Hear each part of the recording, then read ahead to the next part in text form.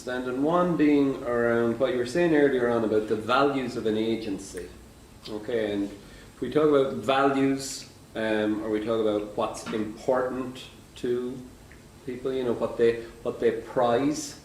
So similar language, you know, what they value, what they prize, what they're. Well, I guess the question I would ask back with above and beyond their principles and their values, are they the same thing? I guess they are. What do we believe? If principles and values are if principles and values are the same thing, I think they are. If they are, then it's a good thing. Yeah. Oh. Sometimes. Well, sometimes I mean, those are just synonyms. I guess the question is, do they have principles? Does everybody in the organization know what the principles are? Mm-hmm. I mean, one thing I'm not afraid to do is to ask the stupidest questions of all. You know, I don't mind going to a harm reduction organization and saying, what is harm reduction? Mm. You know, sometimes you ask the stupidest questions and you get the most amazing answers. Do they know what it is? Do they believe it? And do they practice it? And do they propagate it? Do they believe in their values enough to tell other people this is what we stand for? Is that true of your agency?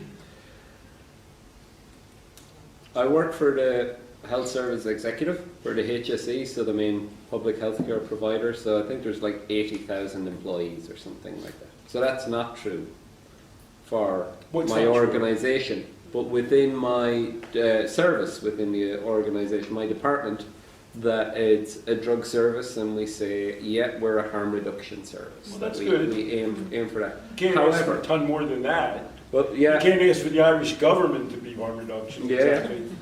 But Well, you can. technically, that is the cornerstone since 1996 of national strategy. That's You the believe national them? policy. Do you think they believe it? Well, you see, one of the problems, and Butler will talk better about this, is that in the 1996 Rabbit report that he referenced, harm reduction was stated in a national policy, but it came in through the back door without ever having any open discussion, any grown-up discussion about what is harm reduction.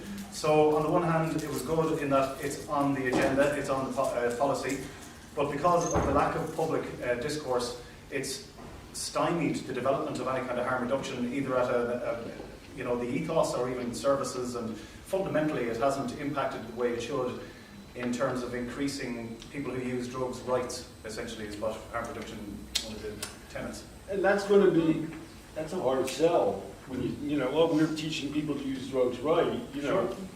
I mean, they do have places in New York that teach people how to inject heroin, so you don't get an infection. And okay, that can be a tough one to explain to the committee, the city governing committee. But you see, I have a little problem in life, well, more than one, but I'm the original harm reduction human being.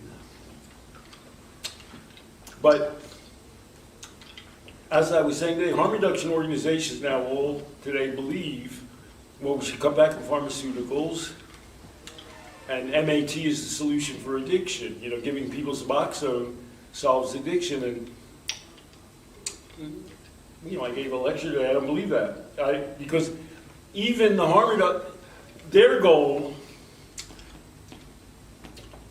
was harm reduction, by which they mean, non-abstinence approaches to treatment. My goal is for people to become self-reliant in their lives, and for me, the medical model is the antithesis of that. For the major harm reduction organizations in the United States, they see the medical model as being a key to harm reduction. Well, we'll give them Suboxone. That's not abstinence, and they'll make fun of AA and abstinence groups. But what they're doing instead is totally not, I see that as a transition thing, methadone and all that. That's not personal agency for me. So in my little life,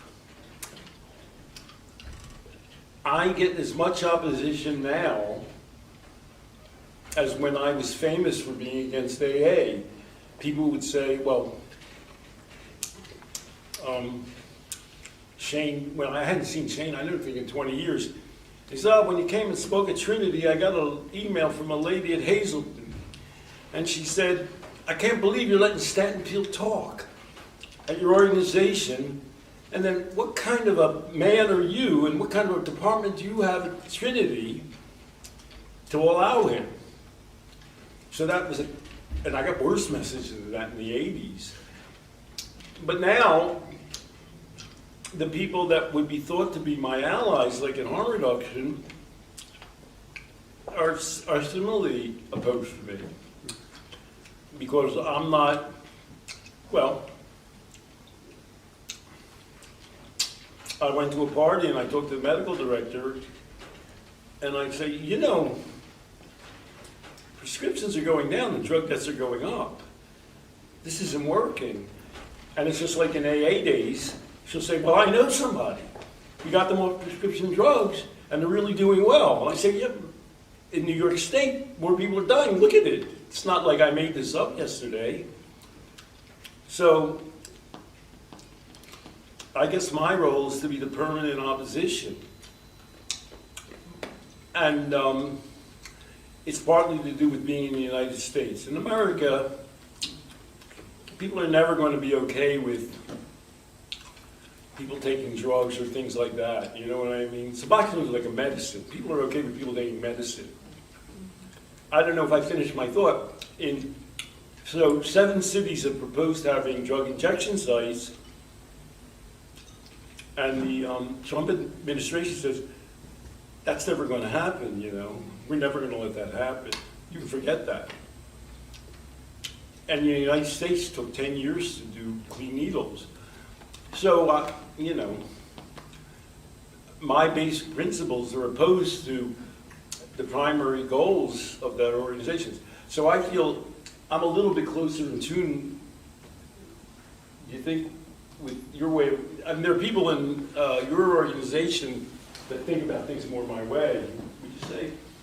Yeah, I think, you know, it's one of those things that I don't, I think there's always going to be nuanced differences, even if we're never going to perfectly marry together. Like there would be some things that you said today that you know well, and that's why you said them, that I wouldn't agree with, right? I think you objected to them when I said them. Yeah, go on. But I think by and large, you know, for me, it's just the ability to question this kind of like